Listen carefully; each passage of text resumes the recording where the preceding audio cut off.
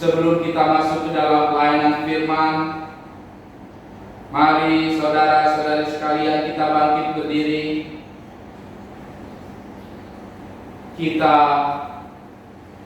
berdoa. Ya Tuhan,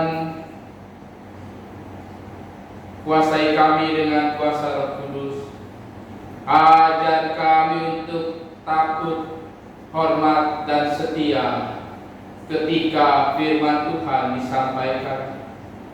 Berfirmanlah ya Tuhan, karena kami sudah siap untuk mendengarkan. Haleluya. Amin. Jemaat, silakan duduk. Kita buka Alkitab kita yang terambil dari Matius pasal yang ke-9 ayat 35 sampai dengan ayat yang ke-38 dengan judul perikop belas kasihan Yesus terhadap orang banyak. Kemudian dilanjutkan pasal 10 ayat yang ke-8, Yesus memanggil ke-12 rasul. Mari sama-sama kita membacanya. Matius pasal 9 ayat 35 sampai 38. Belas kasihan Yesus terhadap orang banyak. Demikianlah Yesus berkeliling ke semua kota dan desa. Ia mengajar dalam rumah-rumah ibadat dan memberitakan Injil kerajaan surga, serta menyiapkan segala penyakit dan kelemahan. Melihat orang banyak itu, tergeraklah hati Yesus oleh belas kasihan kepada mereka, karena mereka telah lelah dan terlantar seperti domba yang tidak bergembala. Maka katanya kepada murid-muridnya, tuayan memang banyak, tetapi pekerja sedikit. Karena itu, mintalah kepada Tuhan yang punya tuayan, supaya ia mengirimkan pekerja-pekerja untuk tuayan itu. Pasal 10 ayat 8, sembuhkanlah orang sakit, bangkitkanlah orang mati, tahirkanlah orang kusta, usirlah setan-setan, kamu telah perolehnya dengan cuma-cuma. Karena itu, berikanlah pula dengan cuma-cuma. Sedemikian jauh pembacaan firman Tuhan. Yang dikatakan yang berbahagia ialah kita yang memahami dan melakukannya dalam kehidupan hari lepas hari. Haleluya.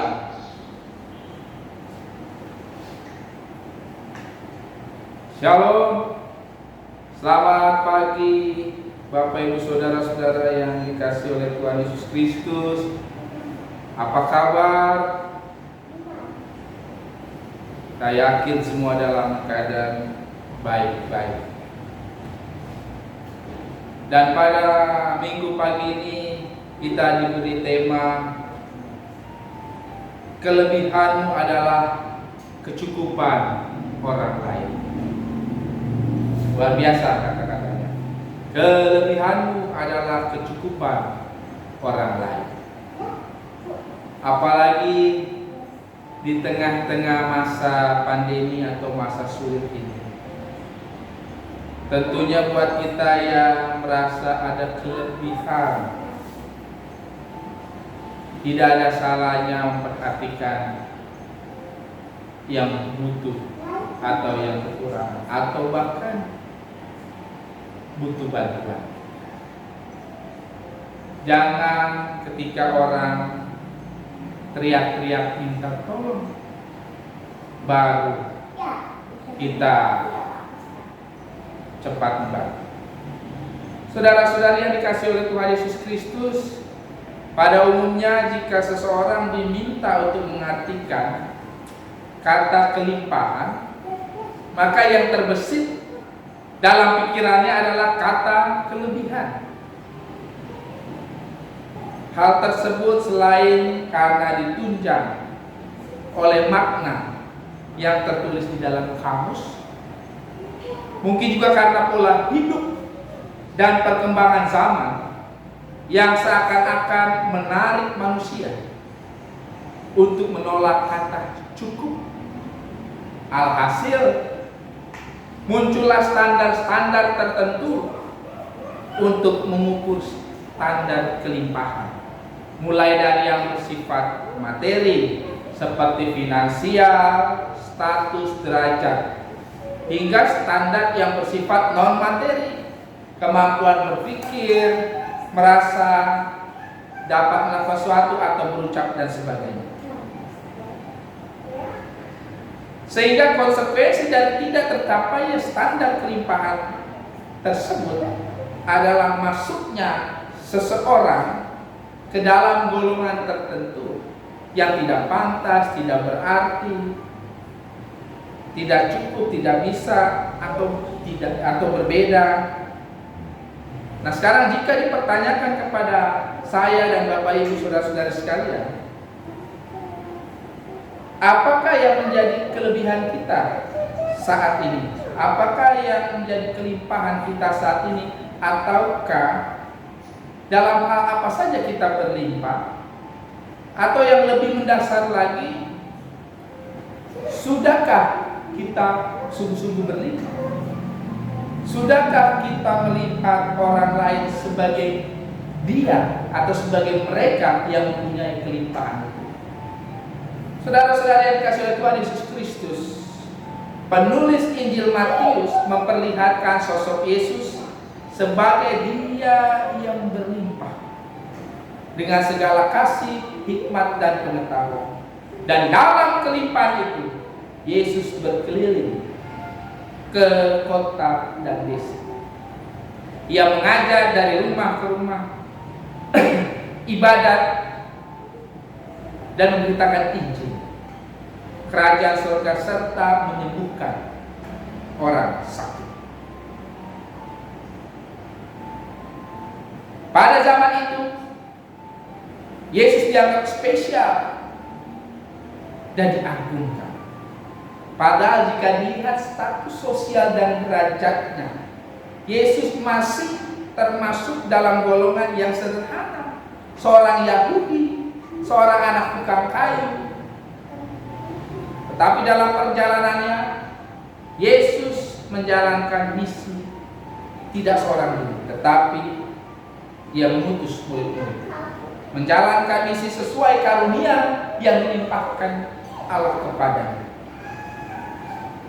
Begitu juga yang dilimpahkan kepada murid-murid, seperti menyembuhkan orang sakit dan sebagainya. Saudara-saudara yang dikasihi oleh Tuhan Yesus Kristus, karunia yang sama juga dilimpahkan kepada kita saat ini sebagai murid-murid Yesus masa kini. Berbagai masalah yang sering kali menjadi penghalang bagi kita untuk menjalankan misi Allah adalah karena kita masih diselubungi dengan standar-standar tadi yang kita ciptakan sendiri ataupun terpengaruh oleh struktur sosial di masyarakat secara umum. Sehingga jika tidak mempunyai uang, maka saya tidak bisa membantu orang lain. Jika tidak punya gelar yang tinggi, maka saya tidak pantas berbicara dalam rapat-rapat. Jika tidak mempunyai anggota tubuh yang lengkap atau katakanlah disabilitas, maka saya juga tidak bisa memberikan atau membantu orang lain atau kesempatan untuk berkarya. Saudara-saudara yang dikasihi oleh Tuhan Yesus Kristus, masing-masing orang dilimpahi kasih karunia yang sama oleh Allah, yang dalam praktiknya diwujudkan dalam bentuk yang berbeda-beda. Maksud dari semuanya itu adalah supaya setiap orang saling melengkapi satu dengan yang lain, dan supaya tidak ada orang yang memegahkan diri, sebab kemegahan adalah milik Allah. Saudara-saudara yang dikasihi oleh Tuhan Yesus Kristus, masalah lainnya adalah berkembangnya ego kita untuk lebih mementingkan diri sendiri, mengejar kelimpahan tanpa membagikannya kepada orang lain, diberkati tapi tidak menjadi berkat bagi orang lain. Dan Yesus menekankan lewat cerita ini, lewat peristiwa ini yang dipaparkan Injil Matius, mengingatkan itu tidak bersikap egois dengan kelimpahan yang kita miliki.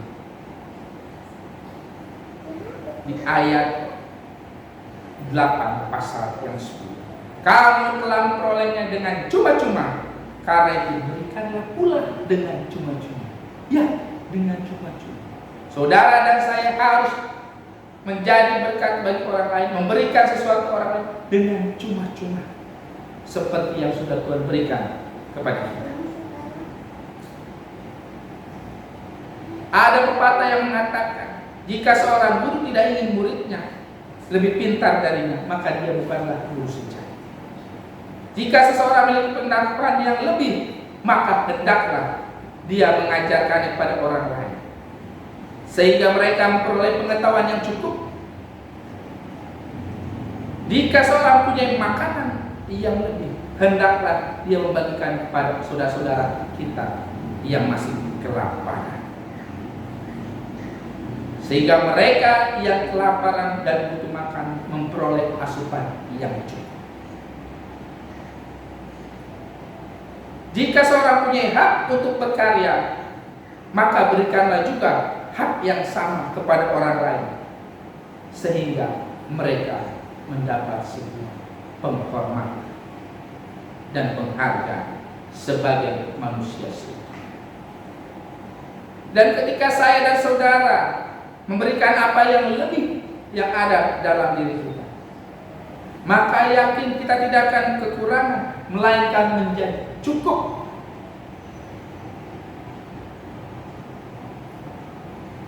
Jangan kuat, cukup. Jadi orang yang berkelimpahan, orang yang memperhatikan orang lain, membagikan apa yang ada pada diri, tidak pernah kurang, tetapi cukup. Dan dalam segala kecukupan kita menjadi berlimpah. Sebab itu kelimpahan itu kita bagikan juga kepada orang lain dan mereka menjadi cukup. Kita menjadi cukup bukan hanya karena kita sudah bisa membagikan sesuatu kepada orang lain. Kita menjadi cukup karena kita terlebih dahulu telah dilimpahi oleh Allah dengan kasih karunia. Maka saudara-saudara yang terkasih di dalam Tuhan, lewat firman Tuhan ini, maka pergilah, lihatlah sekelilingmu, perhatikanlah sekelilingmu, bantulah mereka yang kekurangan dengan kelimpahan yang ada padanya. Kelebihan atau kelimpahan yang ada dalam diri kita adalah kecukupan orang. Semua yang kita miliki di dalam hidup kita ada hak orang lain. Jangan dimakan sendiri. Dan yang terakhir, di masa pandemi ini, di masa sulit ini, mari saling berbagi, mari saling memperhatikan, mari saling mendoakan, menguatkan dan motivasi. Dimulai antara keluarga kita di rumah masing-masing. Tetap kuat, tetap teguh. Kesabaran, kesetiaan di masa pandemi ini membutuhkan ketaatan dan kedisiplinan yang takut akan Tuhan. Selamat hari Minggu. Tuhan Yesus memberkati kita semua. Amin.